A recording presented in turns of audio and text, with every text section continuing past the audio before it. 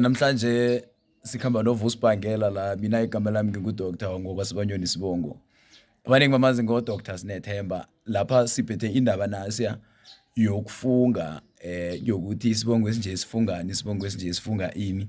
Namhlanje sizokhuluma ngesibongo sakwaSibanyoni, ukuthi aboSibanyoni bafunga ibhangela, kwasukelaphi ukuthi-ke kufungwe ibhangela, batsho bathi ngubani, nguMalila Gijima. Akhe kahlathululele uVusibhangela ukuthi kuze kuthiwe abokwasibanyoni abafunga ibhangela kwenzakalani. Sithokoze lokhuluma nguVusibhangela. Isibongo sakaBhangela sidabuka esibongweni sakaMkhwanazi. uBhangela lo usuka ngokuthi uMkhwanazi adike ngeNatali, amZulu. Wasuka wazala amadodana, kwaba khona indodana ephumako enguMalambule. uMalambule lo wathi nakasuka waya eSwazini, wafika eSwazini kwaba khona indlala, bahlala ihlathini.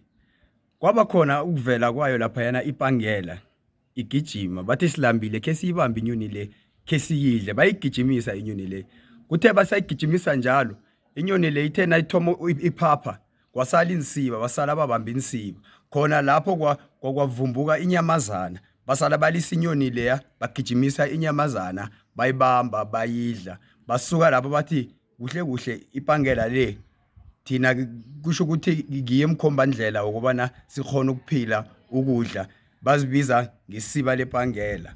Kwathi kusesenjalo wakhamba wakhulu uSibanyoni lo, akhula khona lapha yana eSwazini.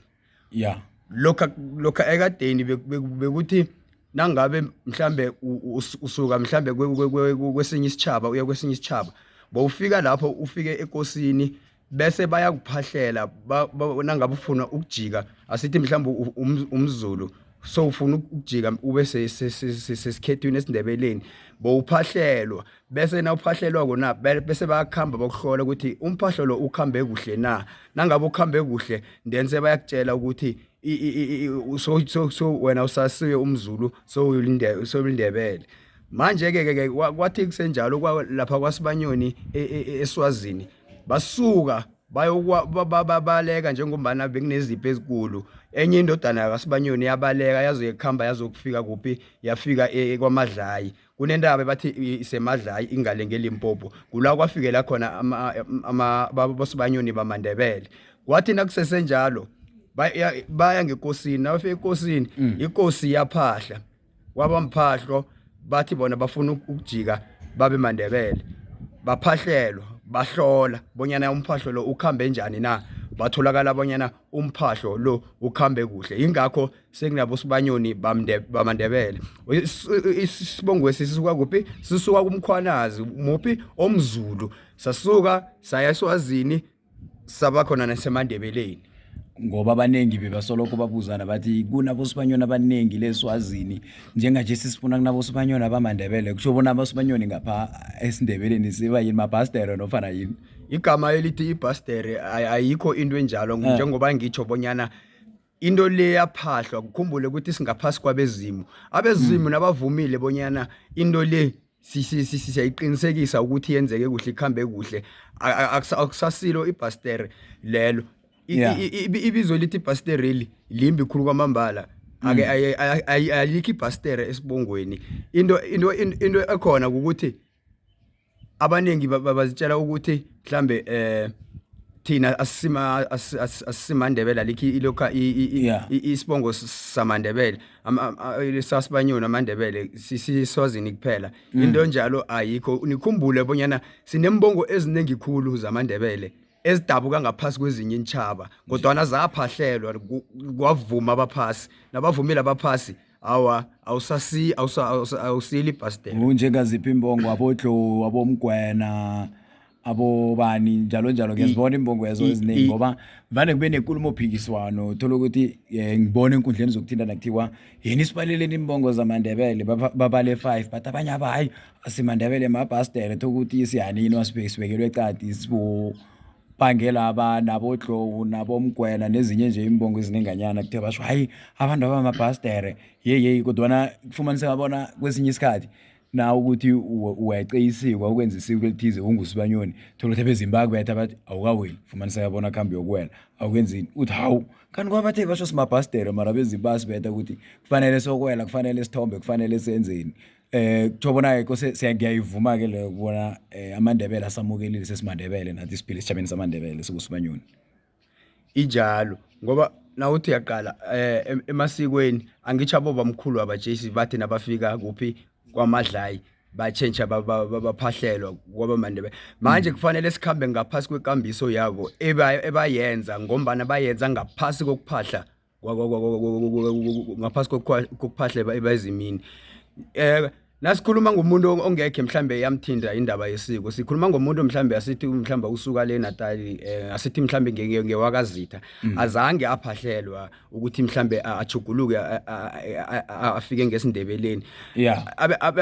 mhlambe abomkhulu bakhona benza isiko lamandebele kodwa nangabe abakaphahlelwa wabona abajuguluke babe mandebele aqinisekisa abezimo angekhe yabakhwatha into leyo ukuthi mhlambe bangaze bahlage ngenxa yokuthi benza isiko lamandebele ngombana zanke baphahlele kodwa njengabo bosibanyoni abobona labo babalaka bomgwena abaphahlelwa ngaphasi kwesiko lamandebele ngibe ezobabamba ngoba into leyo isebezimini kuyavela ukuthi abomahlangu banengi ngokuhlukahlukana kwabo nangokuchiyachiyana kwabo abosibanyoni bona bayachiyachiyana kangangani nofana nje usibanyoni munye unjalo usungusibanyoni uyedwa usibanyoni lo esindebele na esindebele na usibanyoni bathi nabamthatha bamphahlela bambiza baloko baragela phambili ngala asuka khona ngomalambule yingakho uyabathola abosibanyoni eSwazini bazibongelela bathi malambule nangapha ngombana indabuko yabo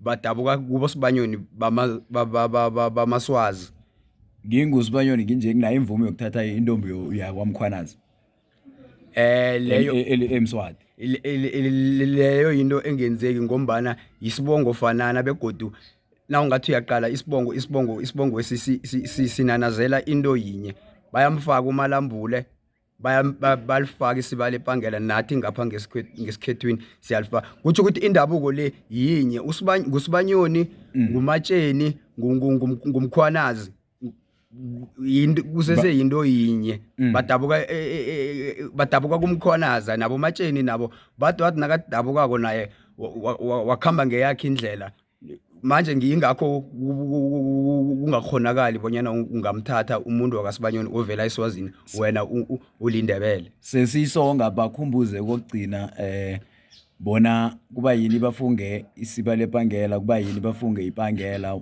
uma lila gijima kwenzakalani ngomzuzu munye nje kwaphela sivala bathi nabasuka emadodana kwamkhwanazi bachinga kuphi eSwazini nabafika eSwazini basuka bagijimisa inyoni ngombana bebalambile inyoni leyo kuyipangela ipangela leyo ithe nayibalekako bathi bayebamba basala nensiba yaphapha yakhamba khona lapha kwavumbuka inyamazana leyo basale bagijima bayibamba badla babona bonyana musi ipangela leyo bengafanele sidle ngekhaya isilethela ukudla cala nje ivusa inyamazana lapha sigijimisa kuthi kufanele inyamazana lesesifunga yona ipangela le bathi bona bosiba lepangela ingakho isibongo sakasibanyoni siseza njalo siyathokoza bakwethu ngiyacabanga abaningi bazwile bonyana kuba yini abosibanyoni bafunga ipangela sithokoza